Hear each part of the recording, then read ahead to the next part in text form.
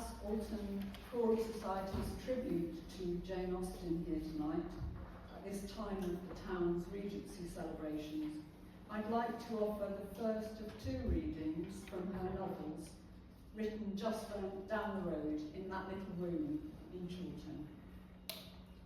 Austen's eventual fame arose, as I'm sure you know, from challenging many of the conventions of her time and from the humour she used to do it.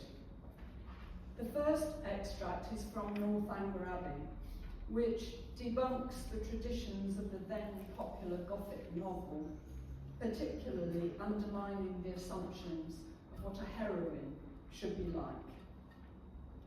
Here then is Catherine Morland.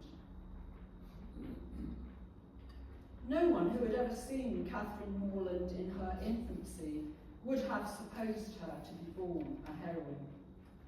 Her situation in life, the character of her father and mother, her own person and disposition were all equally against her. Her father was a clergyman without being neglected or poor, and a very respectable man, though his name was Richard, and he had never been handsome. He had a considerable independence beside two good livings, and he was not in the least addicted to locking up his daughters. Her mother was a woman of useful, plain sense, with a good temper, and, what is more remarkable, with a good constitution. She had 3 sons before Catherine was born, and instead of dying in bringing the latter in the world, as anyone might have expected, she still lived on, lived to have 6 children more, to see them growing up around her and to enjoy excellent health herself. A family of 10 children will always be called a fine family, where there are heads and arms and legs enough for the number.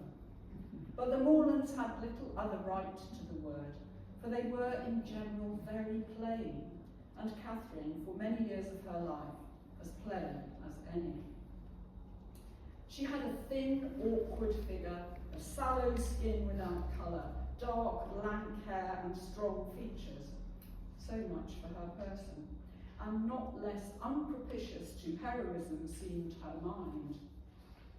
She was fond of all boys' play, and greatly preferred cricket, not merely to dolls, but to the more heroic enjoyments of infancy, nursing a dormouse, feeding a canary bird, or watering a rosebush.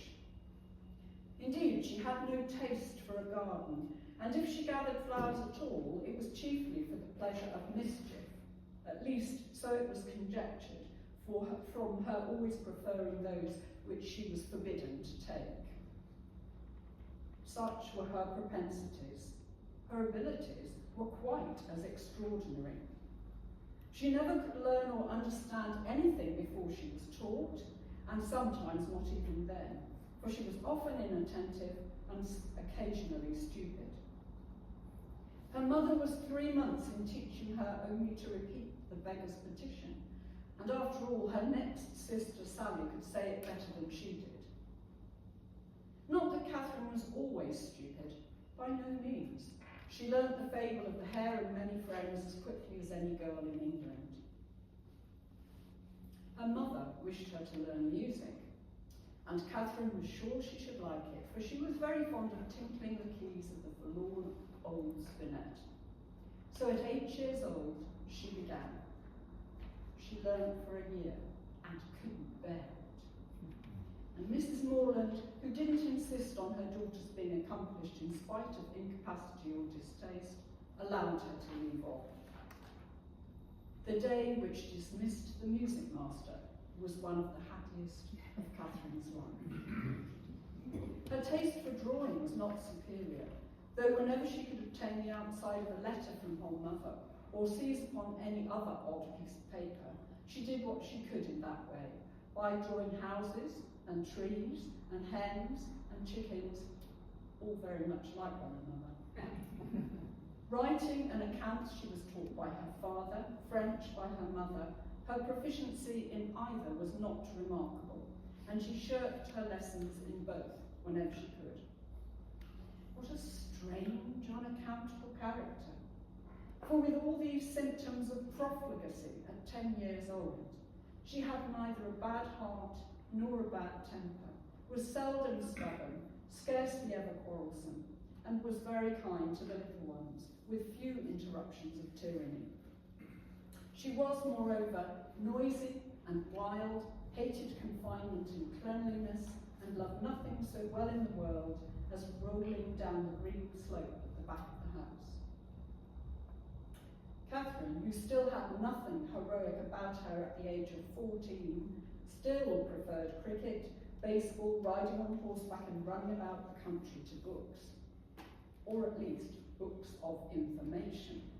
For provided that nothing like useful knowledge could be gained from them, provided they were all story and no reflection, she never had any objection to books at all.